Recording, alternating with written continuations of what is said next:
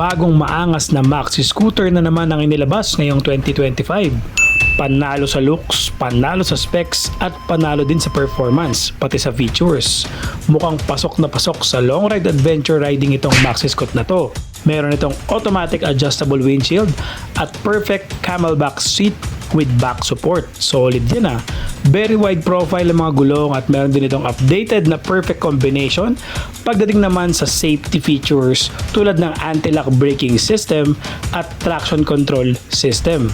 At malulupit na features tulad ng phone connectivity at baka meron din itong camera. So let's go, pag-usapan na nating maigi itong bagong motor na to at i-check na rin natin ang full specs at price. Pero bago yan, huwag mong kalimutang mag-subscribe, like at share ng aking channel, Vlog ni Kosa. Let's go! Simula na agad natin sa makina. Meron itong double overhead camshaft, 4-stroke, single cylinder, 4 valves at naka-liquid cooled na agad. Bore stroke 72mm by 60mm, compression ratio 11.5:1 with Bosch electric fuel injected or Bosch EFI. May max power to na 19 kilowatts or 26 horsepower at 8,250 RPM. At may maximum torque naman na 23 Nm at 5,500 RPM. Euro 5 engine ang makina kaya alam mo na malinis.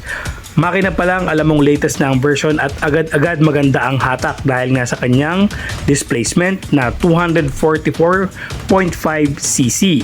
Transmission CVT at ang kanyang top speed or max speed recorded is 125 km/h.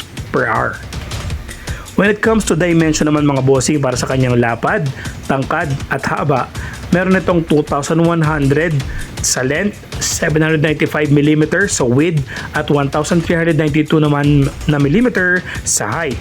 And of course, sa kanyang wheelbase, meron tayong 1,525mm. Sa kanya namang seat height, meron tayong 770mm.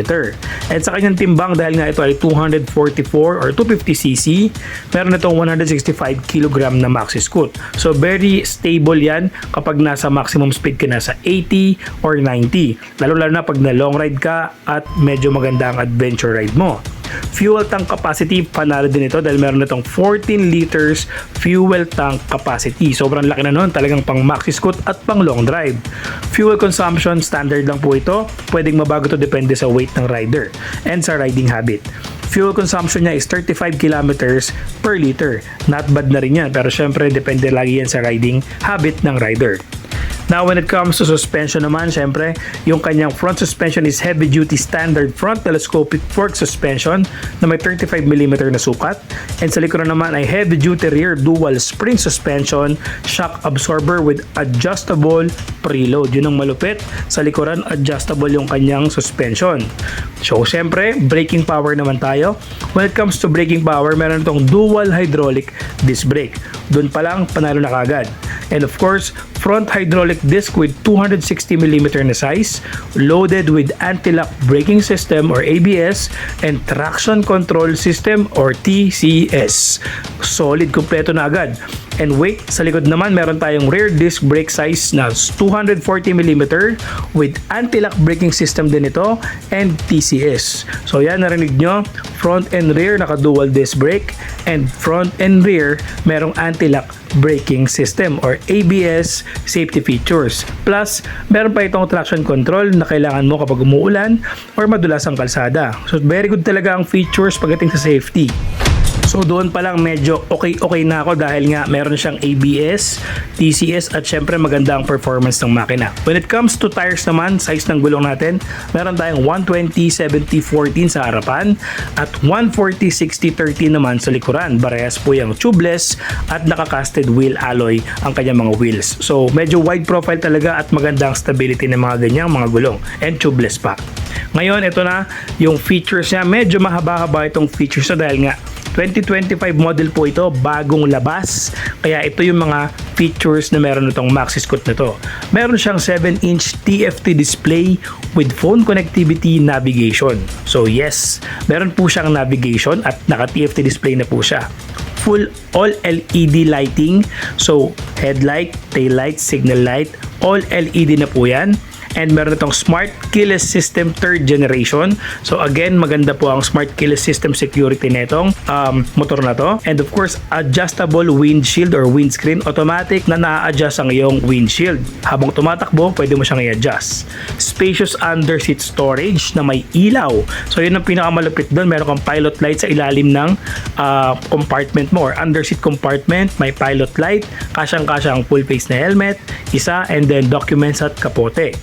Lockable handlebar compartments, yung dalawang generous na front pocket compartment is pwede mong ilock at napakalaki at may USB charging port na rin yan. And of course, yung additional sa features, ito talaga man nagustuhan ko ngayong mga taon is nilalabas talaga nila yung malulupet na MaxiScoot is yung front HD camera for recording rides. So meron na itong built-in na front HD high definition camera habang tumatakbo ka. So syempre, hindi lang kapang merong camera. Meron ding camera ang scooter na to.